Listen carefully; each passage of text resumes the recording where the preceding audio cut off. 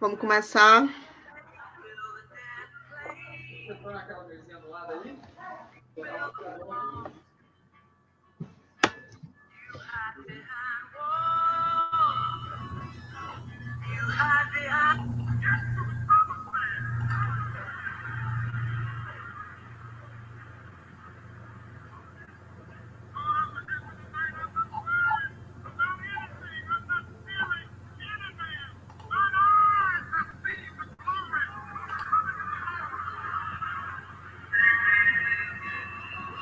Bom, vamos começar.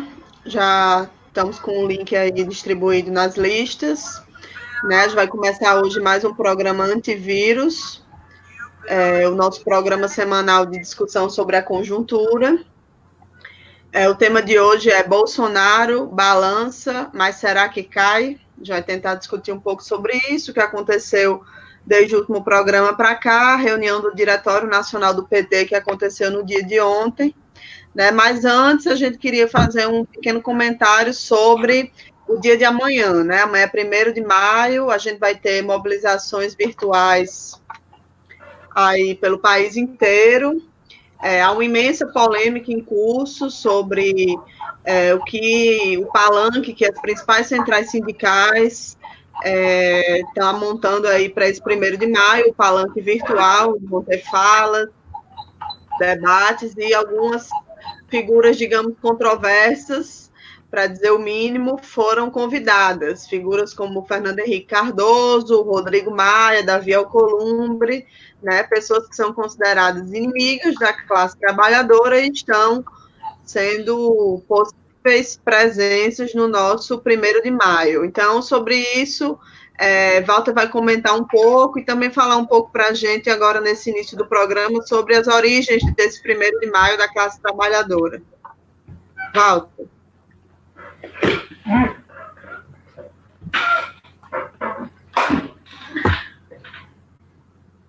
Oi, boa noite. Bom, pessoal, boa noite a todos, boa noite a todas. Como a Natália falou, amanhã é 1º de maio, e sempre é bom lembrar que na origem do 1º de maio está uma condenação injusta, né? Em 1º de maio de 1886, em Chicago, houve uma grande greve para conseguir as 8 horas, a jornada de 8 horas de trabalho, né? No dia 3 de maio, houve uma manifestação que foi brutalmente reprimida, com auxílio de uma tropa paramilitar da famosa agência de detetives Pinkerton. E no dia 4 de maio de 1886, houve um protesto na Praça Haymarket, em Chicago. Tudo isso que eu estou contando foi na cidade de Chicago, nos Estados Unidos, né? No final da manifestação, houve uma explosão, um policial morreu, vários policiais foram feridos, e houve uma série de manifestantes, líderes, que foram presos, né? E foram levados a julgamento. Um deles, chamado Michael Schwab, ele conseguiu, em instância de recurso, ser apenas preso. Outro também, chamado Samuel Fielden, conseguiu também, em instância de recurso, ficar apenas preso. Outro, chamado Oscar Nib, foi já na primeira instância preso, condenado à prisão. E Augusto Spies, Adolf Fischer, Albert Parsons e George Engel e Louis Ling foram condenados à morte por enforcamento, né? Anos depois, o 1º de maio se converteu numa data de luta dos trabalhadores em homenagem àquela greve pelas 8 horas que começou no dia 1º de maio, né? Essa decisão foi tomada em 1889 pela Internacional Socialista. E é bom lembrar o que disseram esses que foram condenados ao enforcamento quando eles ainda estavam sendo julgados. São frases curtas, mas que merecem ser lidas na véspera desse 1º de maio. É a primeira vez que compareço diante de um tribunal americano e nele me acusam de assassino. E por que razão estou aqui? Por que razão me acusam de assassino? pela mesma razão que tive de abandonar a Alemanha, pela pobreza, pela miséria da classe trabalhadora. Aqui também, nesta República Livre, no país mais rico do mundo, há muitos trabalhadores que não têm lugar no banquete da vida e, como párias sociais, arrastam uma vida miserável. Aqui tenho visto seres humanos buscando algo com o que se alimentar nos montões de lixo das ruas. Assim falou George Engel no seu julgamento.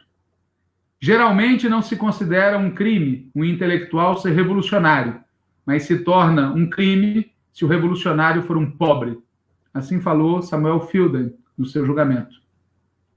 Se a morte é a pena correspondente à nossa ardente paixão pela liberdade da espécie humana, então eu digo isso muito alto: disponham de minha vida. Assim falou Adolf Fischer no tribunal. Ao me dirigir a este tribunal, o faço como representante de uma classe frente a uma outra classe inimiga. Minha defesa é vossa acusação. Meus presumidos crimes são vossa história. Augusto Spies. Eu vou ler mais uma vez. Ao me dirigir a este tribunal, o faço como representante de uma classe frente a uma outra classe inimiga. Minha defesa é vossa acusação. Meus presumidos crimes são vossa história. Augusto Spies. Também condenado. Eu repito que sou inimigo da ordem atual e repito também que a combaterei com todas as minhas forças enquanto ainda tiver fôlego. Declaro outra vez, franca e abertamente, que sou partidário dos meios de força. Morro feliz, porque estou seguro de que as centenas de trabalhadores a quem falei recordarão minhas palavras e quando tivermos sido enforcados, eles farão explodir a bomba. Com essa esperança, digo-lhes, os desprezo sua ordem, suas leis, sua força, sua autoridade, enforquem-me. Assim falou Louis Ling. A coisa mais republicana que eles cantaram, depois de serem condenados e estarem caminhando para o patíbulo, foi a Marselhesa, que nessa época ainda era cantada como um símbolo da classe trabalhadora. E o canalha do juiz? Continuou juiz até o último dos seus dias. Morreu em 1906, um cidadão chamado Joseph E. Gray. Né? Por isso, é uma pena que a atividade de amanhã, 1º de maio, com essa história gloriosa, tenha a presença de um trânsfuga, que nem o Fernando Henrique Cardoso, para ficar só nesse exemplo. Eu paro por aqui.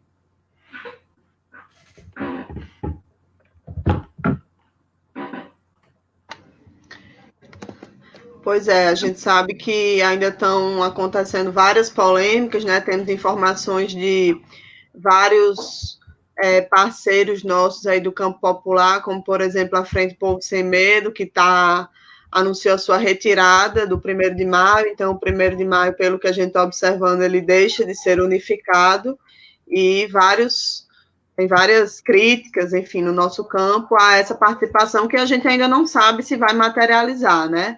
As informações que a gente tem é que estariam vendo quais manifestações iriam ser enviadas até o dia de hoje, e a partir daí seria definido quais atores estariam aí no nosso palanque do 1º de maio. Então, amanhã é que a gente vai saber, mas desde já é um problema imenso, porque, enfim, foram convidados e temos um ato do 1º de maio divulgado e mobilizado com a presença dessas pessoas, né? Fernando Henrique, Rodrigo Maia e companhia.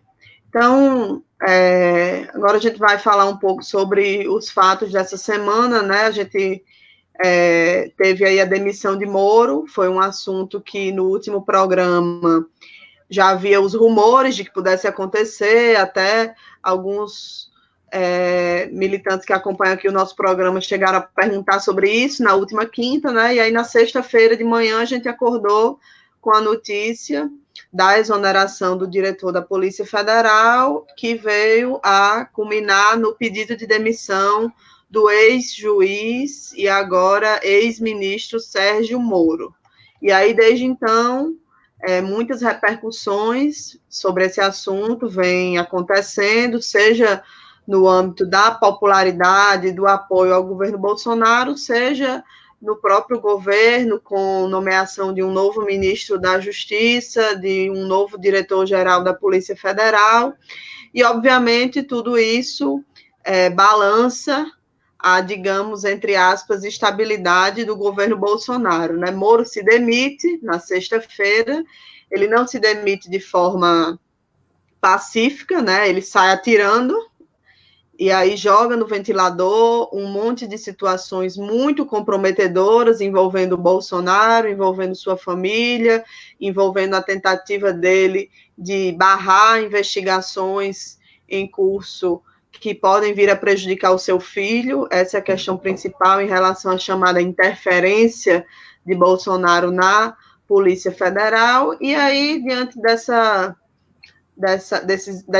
desses tiros que Moro soltou em relação a Bolsonaro e sua família, né, muitas repercussões aconteceram. Por exemplo, o pedido de investigação feito pelo Procurador-Geral da República, que culminou numa abertura de inquérito, né, que foi aceito pelo ministro do STF, Celso de Mello, né, e agora um segundo fato importante é a tentativa de Bolsonaro de nomear uma pessoa amiga da família para a direção-geral da Polícia Federal, que é o senhor de nome Ramagem. É isso, né?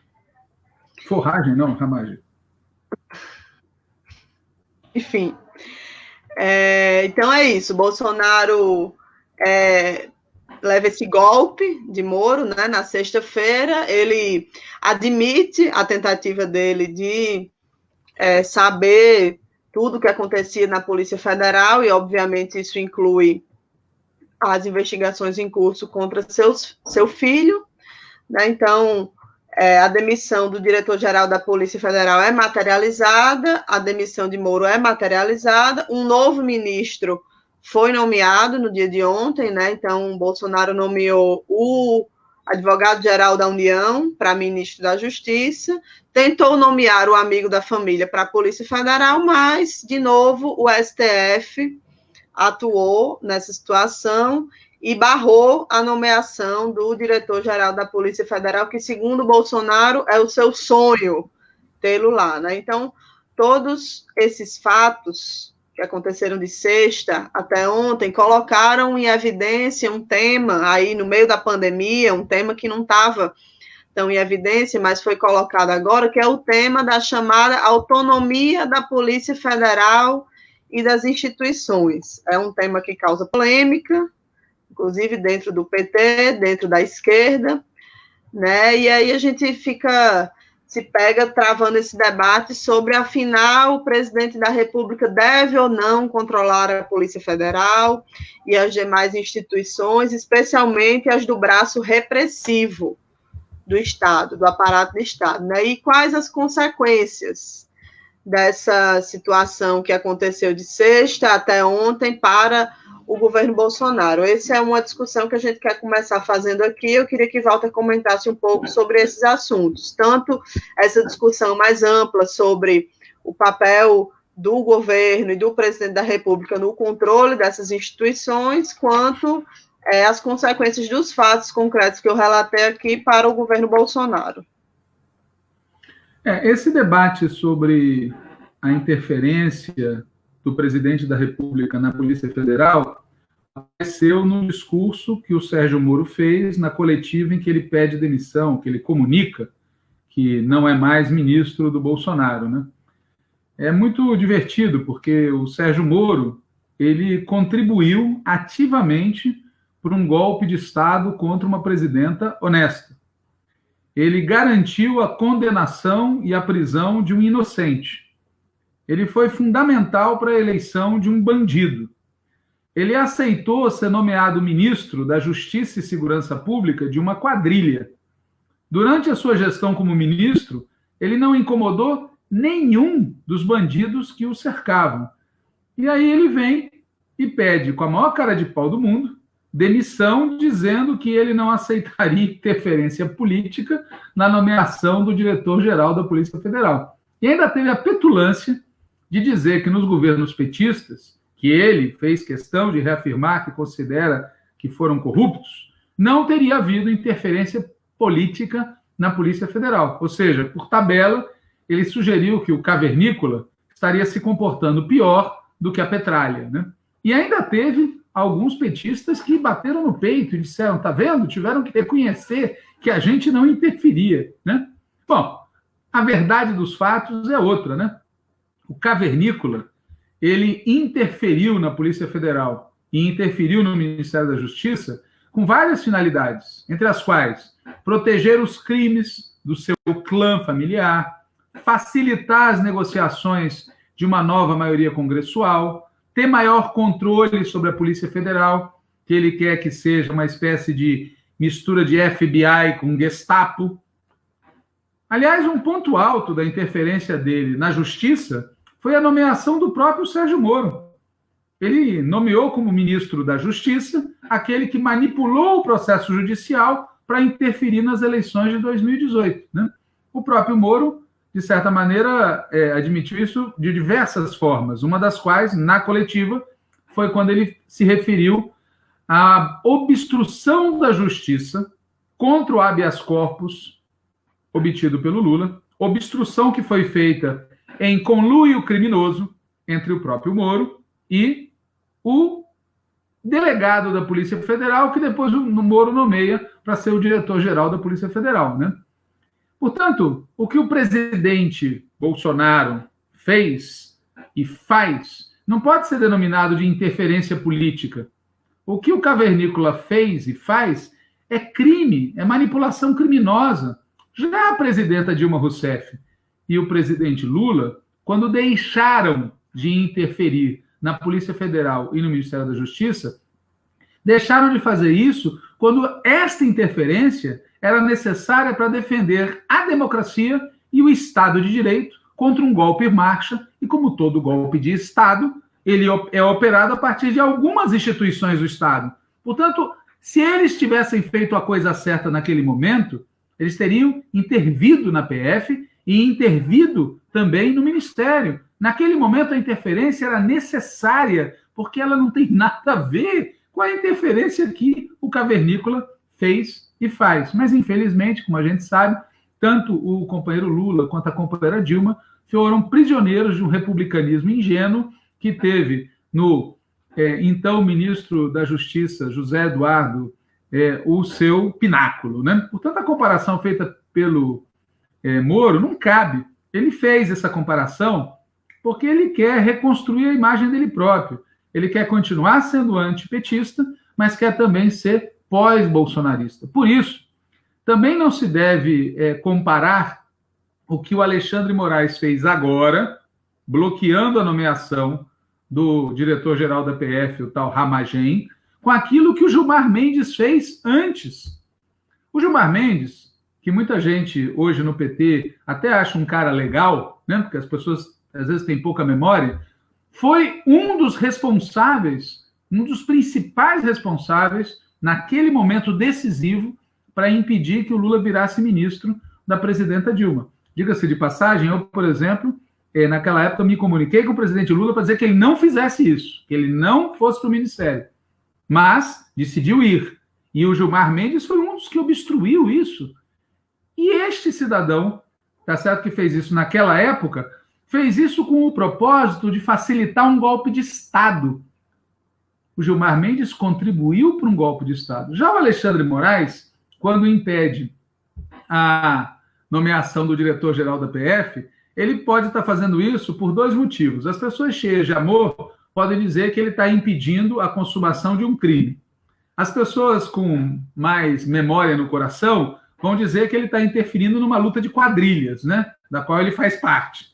Mas erram, de toda maneira, aqueles que não quiseram entrar com ação junto ao Supremo Tribunal Federal para impedir a posse do diretor-geral da PF. Assim como erram aqueles que batem palmas para o Alexandre de Moraes, né? Teve até uma pessoa bastante conhecida hoje, a cineasta Petra Costa, que chegou a soltar um tweet, né, dizendo, comparando o Alexandre de Moraes, elogiando o Alexandre de Moraes com uma frase célebre, que é aquela: ainda existem juízes em Berlim, que é um episódio de 1745, na Prússia, de um juiz que teria impedido uma injustiça contra um camponês, né? Injustiça que seria praticada para beneficiar o rei Frederico II. Na boa, o Alexandre de Moraes não merece tanto, tá certo?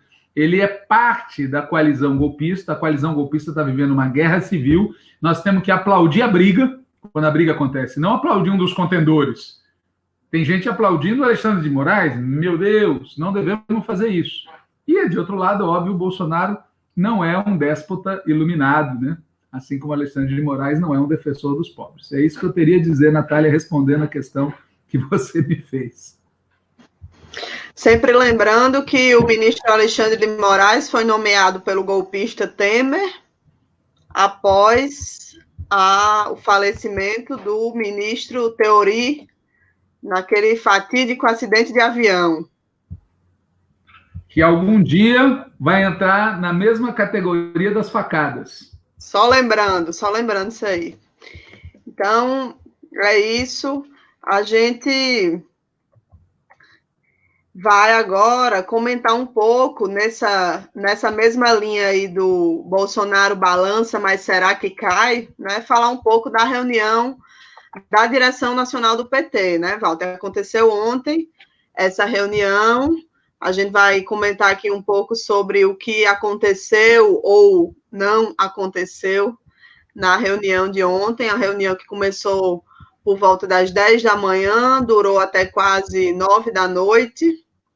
Né? Infelizmente, tivemos muitas palestras, falas sobre a conjuntura, sobre a questão da saúde, sobre o cenário jurídico, sobre a pesquisa que o PT encomendou à Vox Populi, praticamente nenhum debate, apenas decisões organizativas relacionadas a procedimentos de escolha de candidaturas, né, inclusive referendando um atropelo ao estatuto partidário no que diz respeito às prévias para a escolha de candidatos, que vai ter um efeito principal na cidade de São Paulo, né? E aí foi deliberado ao final da reunião que ela continuaria no sábado. Então, a gente teve uma reunião de um dia inteiro, com esse formato de muita palestra e quase nenhum debate.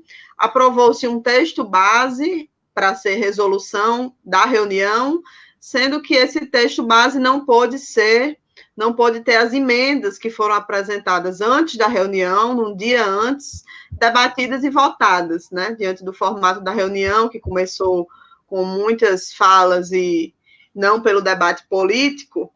A gente não conseguiu votar essas emendas, e isso vai acontecer no sábado à tarde. Então, provavelmente, só no domingo, ou talvez na segunda, a gente tenha a resolução completa aprovada. Sobre isso, o Walter vai falar um pouco mais detalhadamente, sobre as nossas emendas e a discussão que aconteceu no diretório em relação ao texto base. Mas o principal que a gente quer comentar aqui é que, no mérito, a gente segue no mesmo lugar em relação ao conteúdo do Fora Bolsonaro, que é qual? A gente adotou a palavra de ordem, o PT adotou a palavra de ordem da forma atropelada, como a gente já relatou em outros programas, aqui no Antivírus, mas a gente ainda não teve praticamente nenhum debate sobre que conteúdo o partido vai dar a essa palavra de ordem do Fora Bolsonaro. E há muitas diferenças, Walter vai falar sobre isso, mas, por exemplo, há diferenças sobre que tipo de articulações devem ser feitas pelo PT em relação a um pedido de impeachment, que já foi feito pelo PDT, pelo PSB, enfim, tem vários já protocolados no Congresso Nacional, e o PT segue ainda pensando sobre se assina algum pedido, se adere a algum já protocolado, se articula um pedido amplo ou não, enfim. E aí a questão que fica para a gente diante disso é que implicações, né, a manutenção dessa posição de retranca, que eu considero que o PT ainda segue numa posição de retranca em relação ao que fazer com o governo Bolsonaro, que implicações essa posição tem no papel da esquerda nessa conjuntura, né? Muita gente reclama que a esquerda, a oposição, está não é porque a mídia não diz o que a gente faz, ou porque, enfim, seja por que razão for, mas é um fato que o fato da gente ter uma posição recuada e não se contrapor à altura a esse governo que está aí faz com que a gente seja, de certa forma, retirado do debate político, né? E aí, como o PT, que é o maior partido da oposição ao governo Bolsonaro, obviamente influencia no papel que a oposição joga, né? Tem relevância na construção desse caminho rumo ao fim do governo Bolsonaro, como é que o PT está se posicionando, quais são as diferenças que existem aí. Walter vai falar um pouco para a gente sobre isso. Primeiro, como é que foi a reunião, mais detalhadamente, e principalmente quais são as reais divergências que, na nossa opinião, a gente identifica que seguem existindo aí no nosso partido sobre o conteúdo que devemos dar ao Fora Bolsonaro. Então, pessoal, tanto a Natália quanto eu participamos da reunião do Diretório Nacional do PT, e eu quero aqui falar para vocês com muita franqueza, a reunião foi um suplício. Para aqueles que assistiram a primeira parte da reunião, a parte que foi pública, a parte que foi transmitida em rede, pode não ter parecido assim. Mas para quem assistiu a essa parte, era como se a gente estivesse numa audiência pública, né? Várias pessoas muito interessantes vieram, falaram, a companheira Gleisi Hoffmann, presidenta nacional do PT, entre uma fala e outra, complementava, fazia um anúncio, enfim, transmitia às pessoas a informação sobre o que estava acontecendo, mas os membros do Diretório Nacional do PT nada falaram, né? Alguém que assista a primeira parte não vai entender o que é um Diretório Nacional do partido, o que é uma direção nacional, né? Bom, dessa primeira parte, que eu classifiquei como um suplício, eu queria destacar a exposição do Franklin Martins, que foi secretário de comunicação do governo Lula, um relato muito honesto, mas que terminou com uma conclusão tática muito equivocada, a saber, a de que o principal nas próximas semanas é defender a saúde e a vida do povo, como se fosse possível fazer isso sem afastar o Bolsonaro, sem lutar por afastar o Bolsonaro. Quer dizer, o Franklin Martins, no meio de uma fala globalmente adequada, de análise, com muita coisa interessante, conclui no final com uma posição errada. Exatamente aquela posição que dentro do PT foi defendida por meses para que a gente não apoiasse o Fora Bolsonaro. Uma separação absurda entre defender a saúde e a vida do povo e travar a luta para afastar o governo Bolsonaro, quando a grande conclusão de cada dia que a gente está vivendo é que enquanto o Bolsonaro estiver no governo federal, é impossível defender a saúde e a vida do povo de maneira consequente, né? Também queria, nessa linha, lembrar que as pesquisas que foram mostradas para nós na parte privada, na parte reservada da reunião, demonstram claramente que a questão da saúde, por si só, ou a defesa de programas de emergência, por si só, não alteram a correlação de forças, não alteram a percepção das pessoas sobre o governo Bolsonaro. É inacreditável. As pesquisas mostram que os governos estaduais são os melhor avaliados no combate à pandemia. Mas o governo federal vem logo depois. As pesquisas mostram também que a maior parte das pessoas acha que o Bolsonaro não vai bem no combate à pandemia. Mas metade das pessoas continua achando que ele deveria ficar na presidência da República. Ou seja, há uma desconexão que só vai ser enfrentada se a gente comprar a briga por completo com o governo. Outra prova disso, também paradoxal, o crescimento do Bolsonaro entre os mais pobres. Sabe por quê? Por conta dos R$600, que ele não queria que fossem garantidos, que ele queria que fossem R$200, que ele está atrasando a entrega, que ele está sabotando a entrega, e mesmo assim, a preços de hoje, uma parte da população enxerga isso como um beneplácito do governo do Bolsonaro, e isso faz com que a popularidade dele se sustente. Ou seja, não basta ter boas ideias para defender a vida, não basta ter boas ideias para defender a saúde do povo. É preciso lutar por derrubar esse governo. Eu queria destacar, além da fala do Franklin Martins, a fala do ex-ministro da Saúde, Temporão. Foi, na minha opinião, a melhor fala do momento da manhã. ele fez uma síntese do problema da pandemia, apoiado nas informações que foram dadas antes dele pelo também ex-ministro Arthur Quiorio, e ele, no momento da conclusão, disse, vamos parar de dizer que a pandemia é democrática. Não é. Ela vai matar os pobres, ela vai matar os trabalhadores pobres, ela vai matar os moradores das periferias, os negros, as negras, ela vai afetar mais quem é mais vulnerável. E por uma razão, ou por várias razões, entre as quais, pessoal, ele demonstrou, em segundo lugar, o número de leitos de UTI disponíveis no Sistema Único de Saúde é menor do que o número de leitos de UTI disponíveis no setor privado. Para vocês terem uma ideia, uma conta assim, de 7 para 30. Então, não é uma doença democrática. E aí ele vem e propõe coisas do tipo fila única para garantir o acesso às UTIs, para não ter rico sendo salvo e pobre morrendo na porta. E quebrar patente. Ele falou, algum momento alguém vai conseguir ter a vacina para isso. Mas vai vender por quanto? Vai entregar para todo mundo? Ou vai valer a lei de mercado? Ele falou, tem que quebrar patente, não tem conversa. Então, com medidas práticas, né? Medidas que vão contra a lógica capitalista. Isso foi a primeira parte da reunião, que, como eu disse, para quem só assistiu ela, deve ter sido legal. Para quem assistiu ela e assistiu depois a segunda parte, o todo foi um suplício, apesar de muitas informações interessantes que foram dadas, sem sombra de dúvida. Bom, a segunda parte da reunião do Diretório Nacional do PT, que foi fechada ao público, essa foi muito confusa, pessoal. Teve muitos problemas técnicos, esse sistema, que essas plataformas, quando tem um grande número de pessoas e todas querendo falar ao mesmo tempo, e fecha microfone, e abre microfone, e cai ligação, problemas técnicos, dificuldades elementares de organização. Eu não vou falar nenhuma delas aqui para não constranger pessoalmente ninguém, mas é impressionante que a gente, no momento em que está precisando de um partido mais organizado do que nunca, a gente esteja cometendo erros elementares, né, primários, produto de incompetência com preguiça ou com o que quer que seja. Evidentemente, nós temos um Partido dos Trabalhadores que é muito forte, né? Nós somos milhões no país inteiro, mas a cada dia que passa, eu digo isso de público, porque só dizendo de público a gente vai mudar isso, como só dizendo de público, fora Bolsonaro, a gente conseguiu o partido defender-se isso. É um partido muito forte, mas que tem uma direção que não está se demonstrando capaz de enfrentar a situação que a gente está vivendo, né? E aí, em exemplos, eu vou só dar 2, né?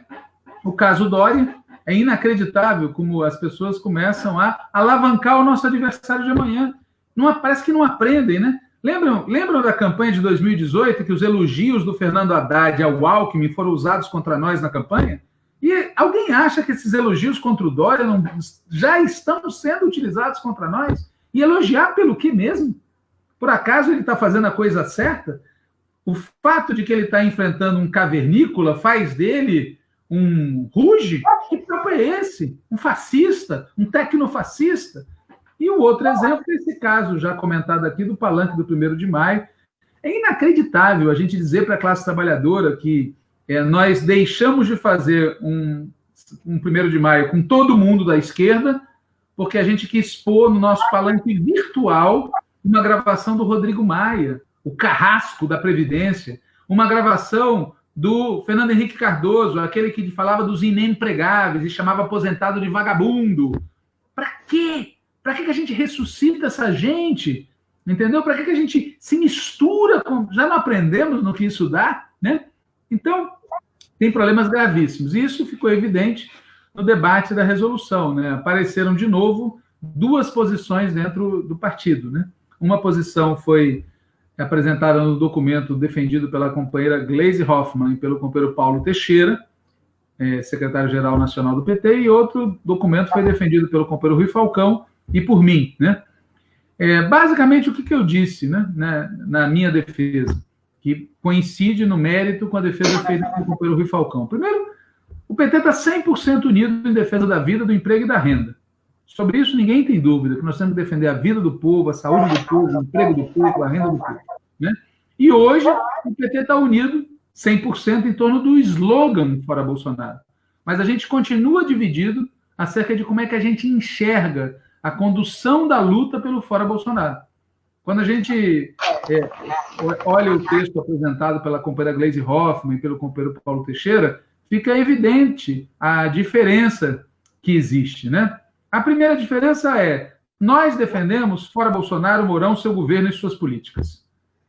Do outro lado, tem o fora Bolsonaro.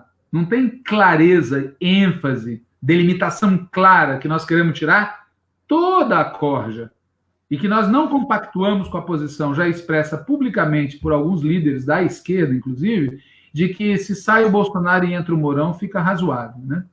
Essa é a primeira diferença importante. Uma segunda diferença importante é que nós enfatizamos muito que a nossa política é fora Bolsonaro com eleições novas, né? Nós falamos no nosso texto, na nossa posição, que para que a cassação do Bolsonaro conduza à antecipação das eleições, é fundamental aprovar a proposta de emenda constitucional que estabelece a convocação de novo pleito presidencial em até 90 dias, sempre que houver vacância do cargo do presidente. Portanto, não tem essa de dar posse ao vice. Presidente, o cargo está vago, convoca uma nova eleição, a não ser que falte muito pouco tempo para encerrar o mandato, né? Então, essa é uma segunda diferença. Nós não nos contentamos em falar só fora Bolsonaro e não nos contentamos com qualquer maneira de pôr o Bolsonaro para fora, né? Então, essa é uma segunda diferença importante. Uma terceira diferença importante é que, mesmo frente ao impeachment, que para nós, como eu já expliquei, precisa ser qualificado, nós queremos afastar o presidente, mas sem que o vice tenha governabilidade até 2022, nós queremos novas eleições. O documento apresentado pela companheira Gleisi Hoffmann e pelo companheiro Paulo Teixeira apresentava originalmente uma posição recuada frente a essa questão. Dizia que a gente podia apoiar o impeachment ou outras alternativas desde que não fosse uma iniciativa isolada de setores da oposição. Essa frase, desde que não fosse uma iniciativa isolada de setores da oposição, caiu. Foi a única emenda que nós conseguimos votar na reunião, além da escolha do texto base, né? Então, neste particular, o texto foi corrigido. Uma quarta diferença é a famosa frente ampla, né?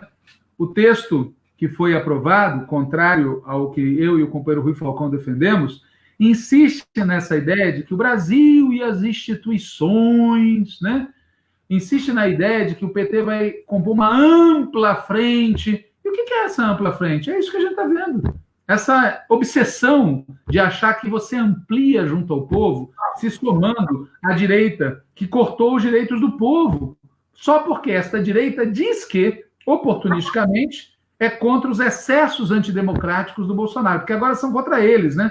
Quando foi contra nós, esses excessos podiam ser praticados, porque esta gente toda apoiou o impeachment da presidenta Dilma e aplaudiu a condenação e a prisão do Lula. É inacreditável a falta de autoestima, para usar uma expressão que eu não gosto de usar, mas que tem gente, muita gente que adora, a falta de autoestima que fica claro nesse episódio. Uma quinta diferença é a timidez com que se fala do tema das Forças Armadas, né? O documento base votado fala de generais sedentos de cargo e sem compromisso com o país e a democracia. Parece que são indivíduos, né? Tem lá uns generais, não. Nós temos que falar, claro, que existe uma tutela militar, existe um compromisso da cúpula das Forças Armadas. E é preciso falar, claro, para a gente não criar a ilusão de que vai ser fácil, tá certo, enfrentar o cavernícola. Uma outra diferença entre as posições que estavam em debate é que nós fizemos muita questão de destacar que faz parte da nossa operação a luta pelo julgamento da suspeição do Moro e anulação das farsas judiciais contra o ex-presidente Lula. Por quê? Porque nós queremos tirar o Bolsonaro, novas eleições livres, onde o Lula possa concorrer. Nós não podemos, a pretexto de que nessa ampla frente tem gente que quer o nosso voto, mas não quer que o Lula possa ser candidato, tá certo? Nós não podemos abrir mão disso. E uma sétima e última diferença entre os documentos é que nós fazemos questão de, no texto que nós apresentamos, enfatizar que nós estamos diante de uma batalha histórica, né? O nosso texto conclui assim: os povos de todo o mundo somente se libertarão da peste viral e seus desastres se forem capazes de avançar no combate ao sistema capitalista e por uma nova ordem mundial, enterrando a longa e desumana dominação dos interesses imperialistas. O PT, a esquerda brasileira e os movimentos populares das nossas terras, mais uma vez estarão à altura de participar dessa batalha com firmeza, generosidade e espírito unitário. Então, Houve esse debate, prevaleceu por uma significativa maioria a posição defendida pela companheira Gleisi Hoffmann e pelo companheiro Paulo Teixeira. Eu estou aqui falando de uma significativa maioria, porque depois de uns 30 minutos tentando votar, o companheiro não se conseguia votar, não se achava o jeito de votar, de contar os votos. O companheiro Rui Falcão, cavalheiro como sempre, tá certo? Gentil como sempre, propôs que se proclamasse vencedor o outro texto, mesmo não havendo a contabilização dos votos, porque pelas razões técnicas e por uma certa confusão, isso não foi possível fazer.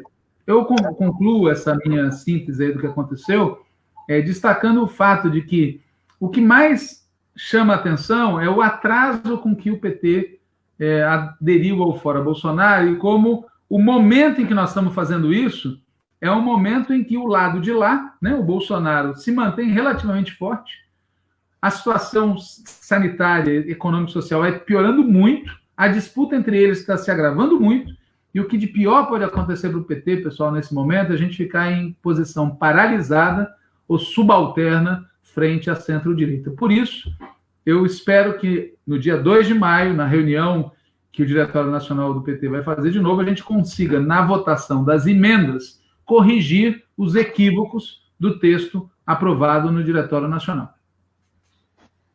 Falei para chuchu, né? Mas você pediu para falar, contar tudo, eu contei tudo.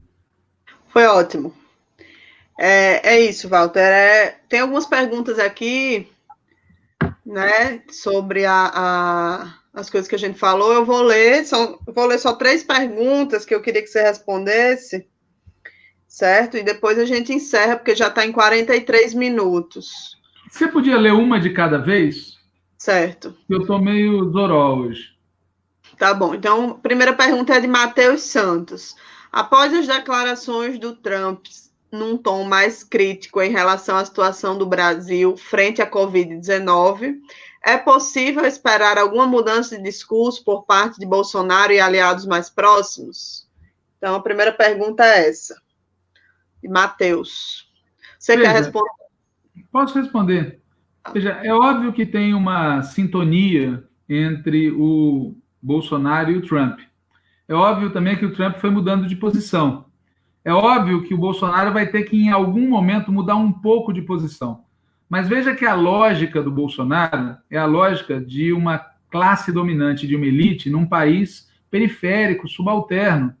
Lá, a relação do governo dos Estados Unidos com o seu povo é a relação de um governo de um país imperialista. Então, não se espere um espelismo total. Aqui vai continuar essa completa barbárie terraplanista, brutal, grotesca, enquanto o Bolsonaro estiver lá, né? Eles vão ter que ir ajustando o discurso, porque, como o próprio Bolsonaro está tendo que admitir, o impacto é muito grande. O Exército fez consulta às prefeituras para ver a capacidade de enterro nos cemitérios municipais do país inteiro.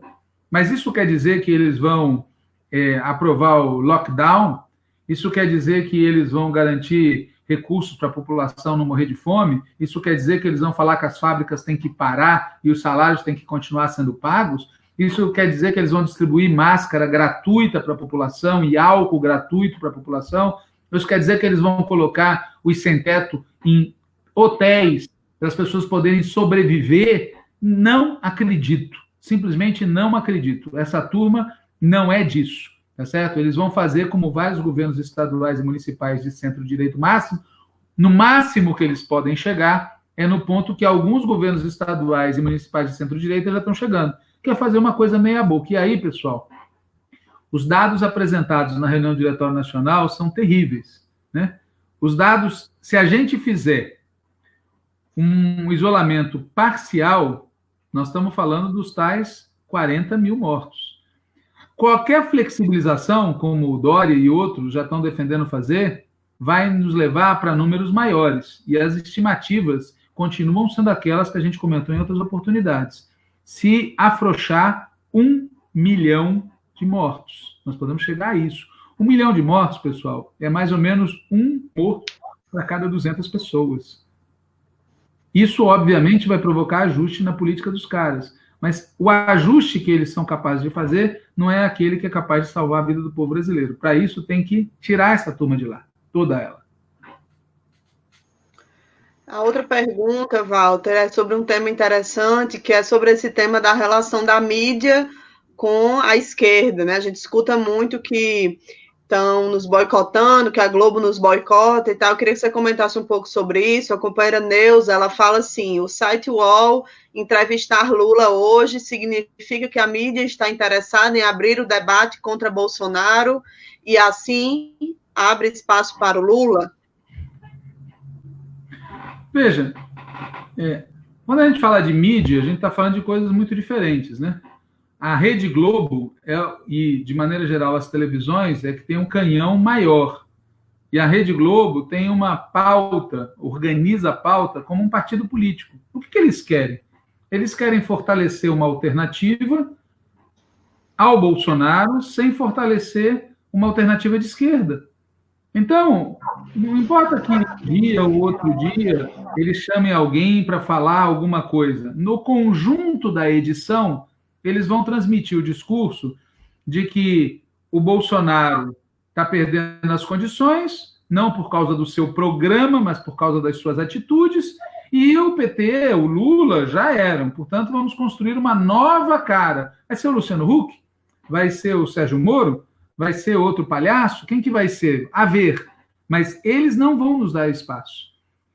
Outros meios de comunicação, tipo Folha de São Paulo, Portal UOL, etc., como tem um público mais próximo do público da esquerda, tem que fazer isso com mais cuidado. Assim como a Globo também tem que fazer com certo cuidado, né? Eles dão para a gente um espaçozinho para a gente ficar contente. Pô, consegui dar uma entrevista, que legal. Aí quando você vai contabilizar as horas em que eles nos espancaram, mentiram sobre nós, deram espaço para os outros, a gente descobre que aquele espacinho era só para fazer a gente sossegar, era um sossega-leão, entendeu? Então, ninguém tem que ter ilusão sobre isso. O oligopólio da mídia tem candidato e tem anticandidato. Nós somos anticandidato. Eles não vão dar espaço para nós. Tá bom. É isso. A última pergunta, o companheiro João Afonso pergunta se o ex-prefeito de São Paulo, Fernando Haddad, já aceitou disputar a eleição como candidato a prefeito. E aí eu estou colocando essa pergunta para a gente também tentar discutir um pouco aqui, se der tempo, se você achar que dá, essa questão das eleições de 2020. Como é que estão as perspectivas, se vai ter, se não vai ter, se vai adiar. E essa questão também sobre a disputa em São Paulo, que é, por ser a principal cidade, é um fator importante aí. Existe uma pressão pelo adiamento das eleições municipais. Essa pressão vai se intensificar nas próximas semanas. Por quê? Porque o pretexto para o adiamento é a situação de saúde pública. E a situação de saúde pública vai se tornar gravíssima, catastrófica, nos próximos dias e semanas. Alguma coisa entre maio e início de junho, ao que tudo indica, vai ser o pico do número de pessoas hospitalizadas, do número de pessoas em UTI, do número de pessoas indo a óbito, do número de pessoas que vão ser enterradas sem o acompanhamento e o último adeus dos seus familiares, a superlotação nos hospitais, as pessoas que têm outras morbidades e que não vão poder ser atendidas. Em suma, pessoal, o que a gente vai viver no país nas próximas semanas não é fácil, tá certo? E isso vai aumentar a pressão em favor do adiamento. Porque como o calendário eleitoral é um encadear de atos, a ideia é que, se não vai ser possível cumprir alguns atos da fase inicial, não dá para manter a eleição na data prevista. É claro que, se houvesse vontade política, seria possível fazer isso. Porque as atividades iniciais podem ser remanejadas. E mesmo o período de campanha pode ser fortemente virtualizado. Pode ser ampliado o tempo do horário eleitoral gratuito de rádio, de televisão. Pode ser criado plataformas especiais e condições especiais para fazer campanha nas redes sociais. A questão toda é que, para a elite no Brasil, eleição é um pé no saco, entendeu? Eles não gostam de democracia, eleição. Os prefeitos estão indo tão bem, né? Os governadores estão indo tão bem, o presidente está indo tão bem, os parlamentares estão indo tão bem. Para que eleição? Os que já estão não querem. Então é fácil entre eles convencer, criar uma opinião de que é o caso de adiar. Claro que tem uma parte dos que querem entrar, que não são de esquerda, que também vão fazer pressão. Mas a pressão por adiar as eleições vai crescer muito. E adiar para quando? Esse é outro mistério, porque fala-se hoje em adiar um pouquinho, mas como a gente sabe, não vai custar muito caro se decidirem adiar um montinho e jogar lá para 2022. Então, essa é uma incógnita, certo? Segunda incógnita, em que condições, se as eleições forem mantidas, o país vai votar, certo? Qual vai ser a opinião política do povo sobre as coisas que estão acontecendo? Na reunião do Diretório Nacional, quando se debateram as pesquisas a respeito, um especialista disse assim: no momento, a preços de hoje, o Bolsonaro ainda está conseguindo segurar a sua popularidade, mas isso é questão de tempo, porque o agravamento da crise vai provocar uma corrosão, a crise econômica, a crise social e a crise de saúde pública. Claro que supõe-se que essa corrosão acontecerá se houver também pressão política. Se não houver nenhuma pressão política, um poste vai continuar se demonstrando lá, o cara certo no lugar certo. Então, mas diz o cara que, sendo feita a pressão, levando em consideração a deterioração das condições de saúde, sociais e econômicas, o quadro vai ser muito, muito complexo, muito difícil. Portanto, um espaço onde nós, as forças de esquerda, as forças populares, as forças democráticas, vamos ter muito o que falar e conversar com o povo. É possível chegar nas eleições de 2020 com um cenário em que se construa uma maioria social diferente dessa, transformar as eleições de 2020 num momento de levante do povo contra essa barbárie que esses caras estão fazendo, tá certo? Mas para isso precisa juntar a discussão municipal com a discussão nacional, é preciso ter campanhas politizadas, programáticas, candidaturas que sejam vistas pelo povo como sendo expressão disso. E é preciso que a base do partido esteja mobilizada. E aí vem o outro problema, né? Em muitas cidades do país, o processo de escolha das candidaturas, na maioria das cidades, ainda estava em curso.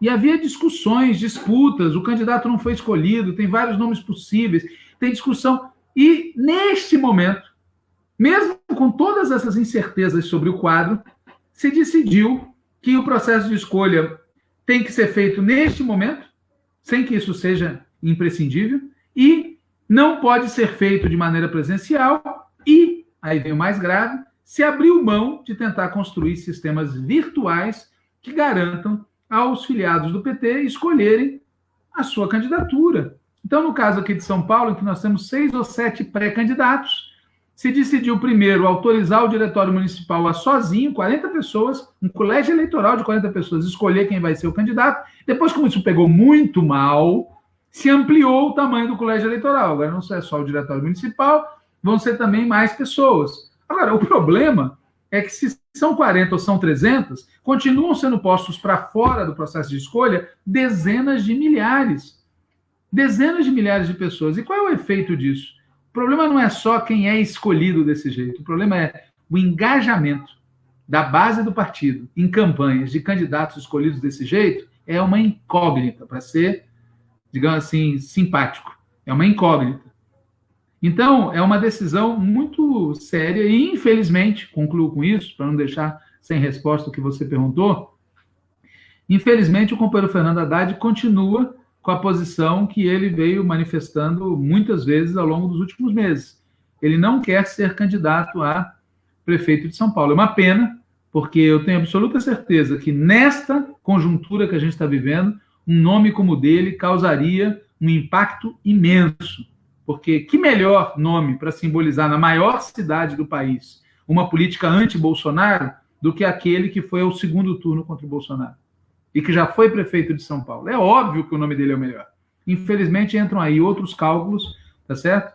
Que fazem com que ele decida, até o momento, em contrário. Mas, minha opinião é, como uma candidatura poderá vir a ser escolhida por este método, eu vou continuar insistindo que esse método não é legítimo, não é o método previsto no Estatuto do partido e que o partido pode, se o companheiro Haddad, tá certo? Especialmente se o companheiro Haddad mudar de posição, o partido pode sim vir a escolher outra candidatura, porque São Paulo é uma cidade estratégica para a disputa contra a coalizão golpista que tomou conta do país.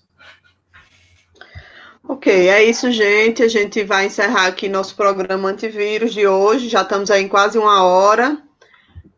Lembrando que amanhã é o 1º de maio, então é importante muita mobilização virtual, participar aí dos tuitaços, das lives, denunciar essa participação dos golpistas no nosso palanque.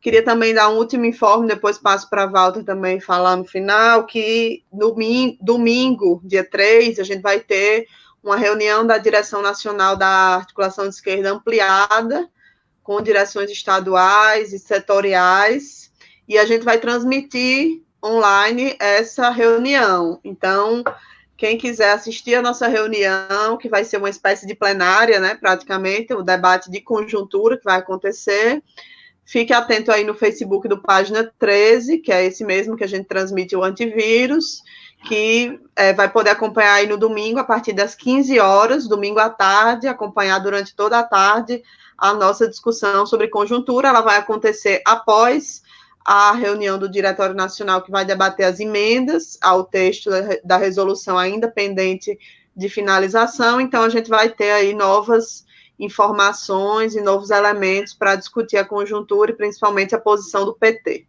É isso, Walter, quer encerrar? Não, na verdade eu queria... há muitos anos atrás, quando eu tinha, se eu não me engano, 9 anos de idade, sabe aquelas cenas de criança que você não esquece nunca?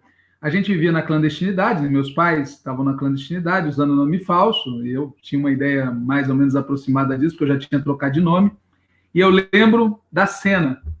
Sempre aconteciam coisas assim, meio fora de ordem, mas dessa vez eu lembro com muita força. O meu pai entrando na sala e eu dei um berro. Acabou a Guerra do Vietnã! Porque eu tinha acabado de ver na televisão as cenas que foram depois, sim, do helicóptero na embaixada dos Estados Unidos, com aquelas pessoas desesperadas querendo fugir, e os tanques do exército vietnamita invadindo, forçando a entrada. Eu lembro disso, assim, sabe aquela cena de criança? E é exatamente no dia 30 de abril de 1975, tá certo? É muito legal, tem cartazes circulando, imagens, tá certo? Hoje é um dia glorioso por muitos motivos, tá certo? Entre os quais, uma coisa que a esquerda brasileira às vezes esquece. Esses caras começaram a organizar a sua libertação nos anos 30. Nos anos 30. Foram 30 anos de luta e triunfaram. Tem gente que com 30 meses já fica de língua de fora. É isso. Boa noite. Tchau, gente. Até a próxima quinta e domingo teremos a reunião da Direção Nacional da Articulação de Esquerda transmitida ao vivo.